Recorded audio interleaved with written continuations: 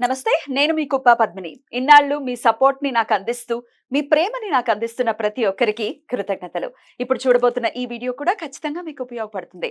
Like, share and subscribe చేసి మీ ఇష్టాన్ని, అలాగే మీ సపోర్ట్‌ని నాకందించండి. అలాగే ఈ వీడియో పట్ల మీ అభిప్రాయాన్ని కామెంట్ సెక్షన్‌లో కామెంట్ చేసి నాకు తెలియచేయండి. నమస్తే.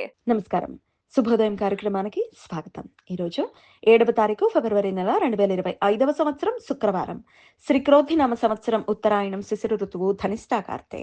ఈరోజు మాఘమాస శుక్లపక్ష దశమి తిథి రాత్రి 9:26 వరకు, తదుపరి ఏకాదశి తిథి రోహిణి నక్షత్రం సాయంత్రం 6:40 వరకు, తదుపరి మృగశీర్ష నక్షత్రం ఐంద్రం యోగం సాయంత్రం 4:17 వరకు, తదుపరి వైధృతి యోగం తైతుల కరణం ఉదయం 10:07 వరకు, గరజ కరణం రాత్రి 9:26 వరకు, తదుపరి వణిజకరణం ఉంటాయి. సూర్యుడు మకర రాశిలో ధనిష్టా నక్షత్రంలో సంచరిస్తున్నాడు. చంద్రుడు వృషభ రాశిలో రేపు ఉదయం 6:21 వరకు, తదుపరి మిథున రాశిలో సంచరిస్తాడు.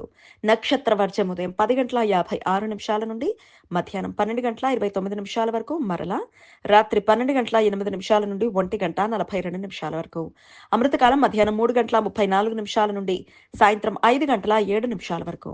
హైదరాబాద్ ప్రాంతం వారికి సూర్యోదయం ఉదయం 6:46 సూర్యాస్తమయం సాయంత్రం 6:15 చంద్రోదయం మధ్యాహ్నం 1:18 చంద్రాస్తమయం రాత్రి 3:08 అభిజిత్ ముహూర్తం మధ్యాహ్నం 12:07 నుండి 12:53 వరకు. దుర్ముహూర్తం ఉదయం 9:04 నుండి 9:50 వరకు, మరలా మధ్యాహ్నం 12:53 నుండి 1:39 వరకు. రాహుకాలం ఉదయం 11:04 నుండి మధ్యాహ్నం 12:30 వరకు.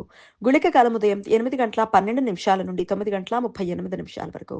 యమగండం మధ్యాహ్నం 3:22 నుండి సాయంత్రం 4:49 వరకు. ఇవాళ మాస రోహిణి వ్రతం. జైన భక్తులు ప్రతి రోహిణి నక్షత్రం రోజున తమ భర్తల ఆయురారోగ్యాల కోసం ఉపవాసం ఉంటారు. ఏకార్గళ దోషం ఈ రోజు సాయంత్రం 4:17 నుండి 6:40 మధ్య కాలంలో ఏర్పడుతుంది. వైధృతి యోగం జరుగుతున్న సమయంలో రవిగ్రహం ధనిష్టా నక్షత్రంలో, చంద్రగ్రహం రోహిణి నక్షత్ర సంచారం చేస్తున్నప్పుడు ఈ ఏకార్గళ దోషం ఏర్పడుతుంది. ఈ దోష సమయంలో శుభకార్యాలు చేయడానికి అనుకూలం కాదు.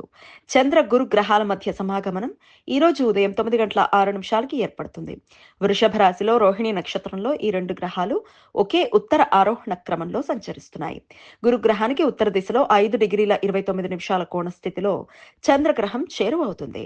ఈ రెండు గ్రహాలు మన కంటికి ఈ రోజు సాయంత్రం 6:27 71 తూర్పు ఆకాశంలో కనిపించడం ప్రారంభమై, సాయంత్రం 7:42 85 ఉత్తర ఆకాశంలో ఉచ్చ స్థితిని చేరుకుని, రాత్రి 1:34 7 పశ్చిమ ఆకాశంలో కనుమరుగవుతాయి. ఈ సమాచారాన్ని మనకు అందించిన వారు మేడికొండూరు విశ్వనాథ్ ప్రసాద్ గారు. ఆయనకు కృతజ్ఞతని తెలియజేస్తూ నారాయణ స్మరణతో సమస్త సన్మంగళాని భవంతు. నమస్కారం.